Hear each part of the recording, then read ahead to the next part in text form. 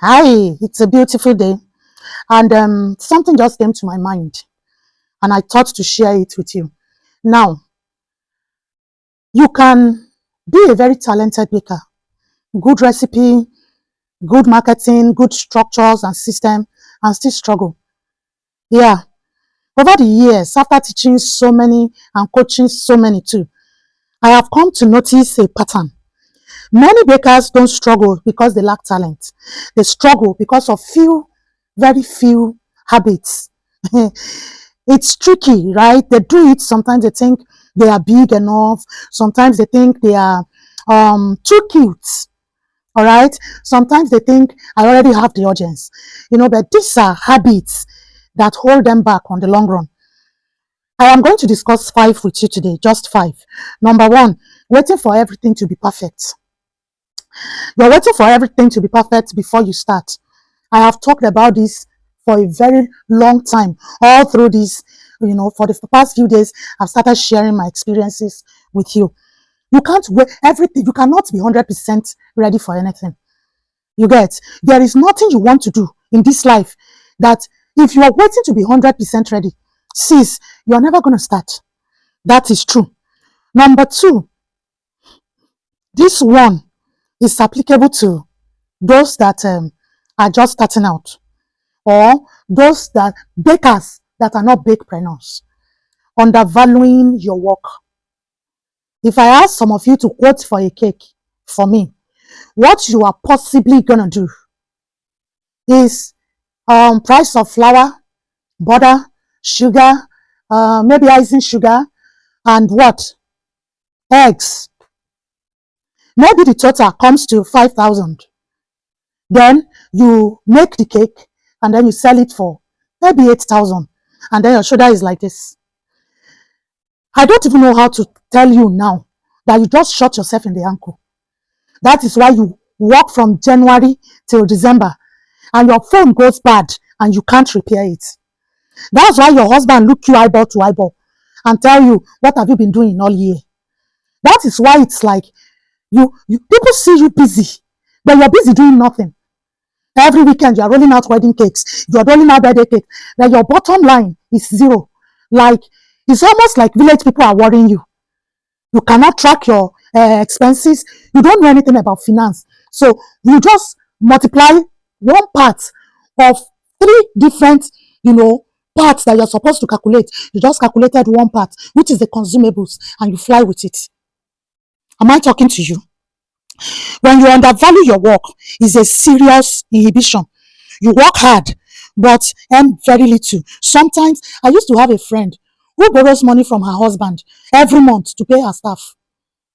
Until one day she came to me crying that the husband refused to borrow her money to pay her staff. And I'm like, this month, as far as I know, you've made 6 wedding cakes. You have only 4 staff. Why are you borrowing money from Oga? That was when everything came to. Some of us are not doing business. We are not doing business. All we are doing is financing hobby. All right, mistake number 3, ignoring business side of baking.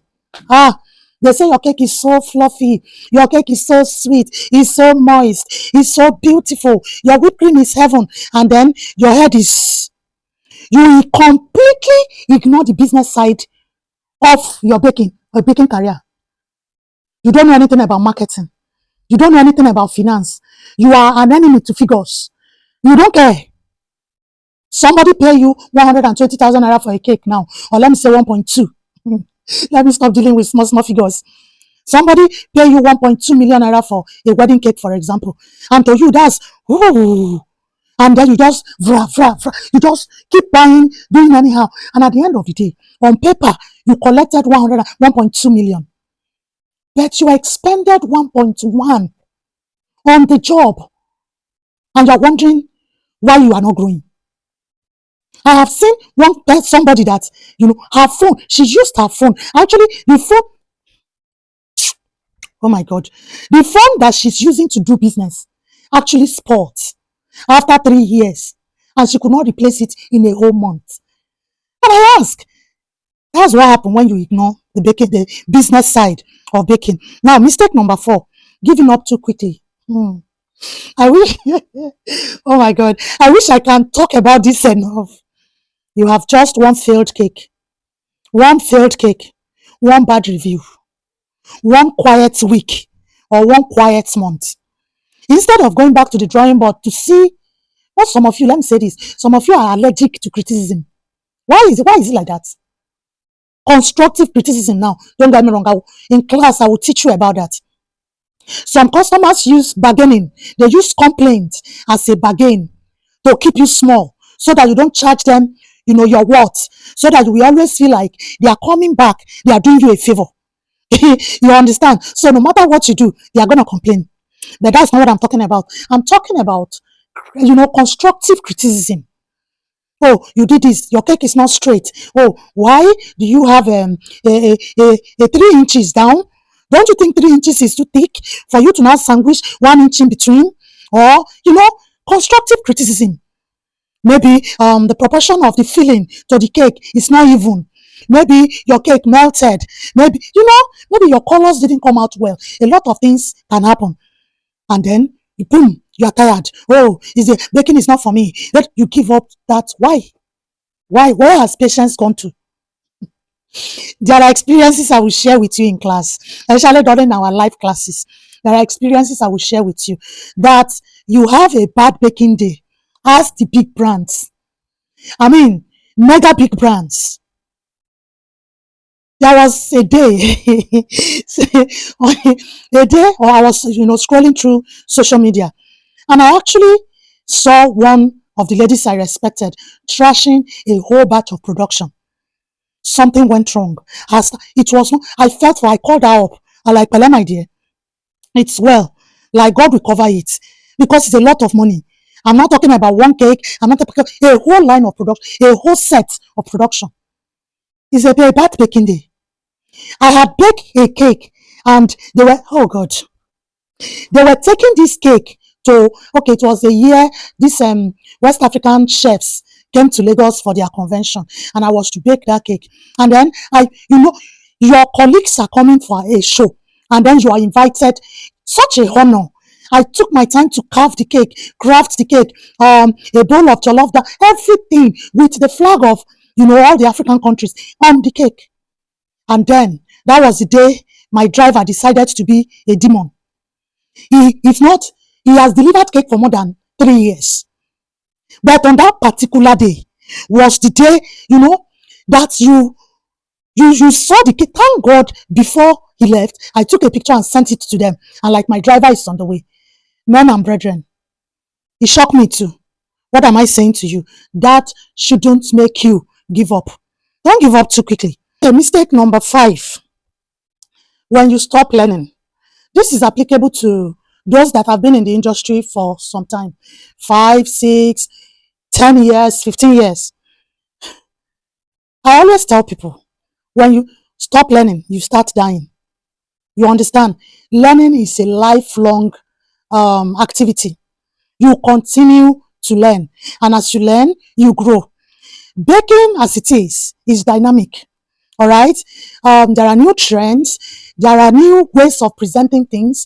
There are fashion statements that people want their cakes or whatever you're baking to reflect. All right. So if you get to a point, and it's like you grew up in the era of royal icing, and now you don't want to know how to make fondant or cream or ganache. You don't want to. You're just like, okay, I'm going to stick to what I know. Don't stop learning. Let me stop it at that. It's a mistake, a very grave mistake. Because at some point, you will price yourself out of the market. When your knowledge becomes obsolete. I tell people, every one class I teach, I take 2 to increase my knowledge. And listen to me, there is nobody that is too small for you to learn from. See, I learned a lot of things from new generation bakers. So there are a lot of things. There are, things that are in vogue now that were not there when I started baking, like decorating with wafer paper, like using crepe papers for flowers, like white ganache frosting, like ganaching your cake before you cover with fondant. It wasn't a thing when I started. It does not matter the point you get to. If there is something new, go for it, learn it, and don't wait until it becomes free. When you are eager to learn, when you learn, when it is new, you are able to utilize it, get your customers, make money off that knowledge because before it becomes common knowledge. It should be in Bakepreneur Academy. You see what I mean now? So if you're watching on YouTube, please subscribe to our channel, like and leave comments, ask questions, and feel free to share with everybody with your colleagues, with your friends. All right. I'll see you. Bye.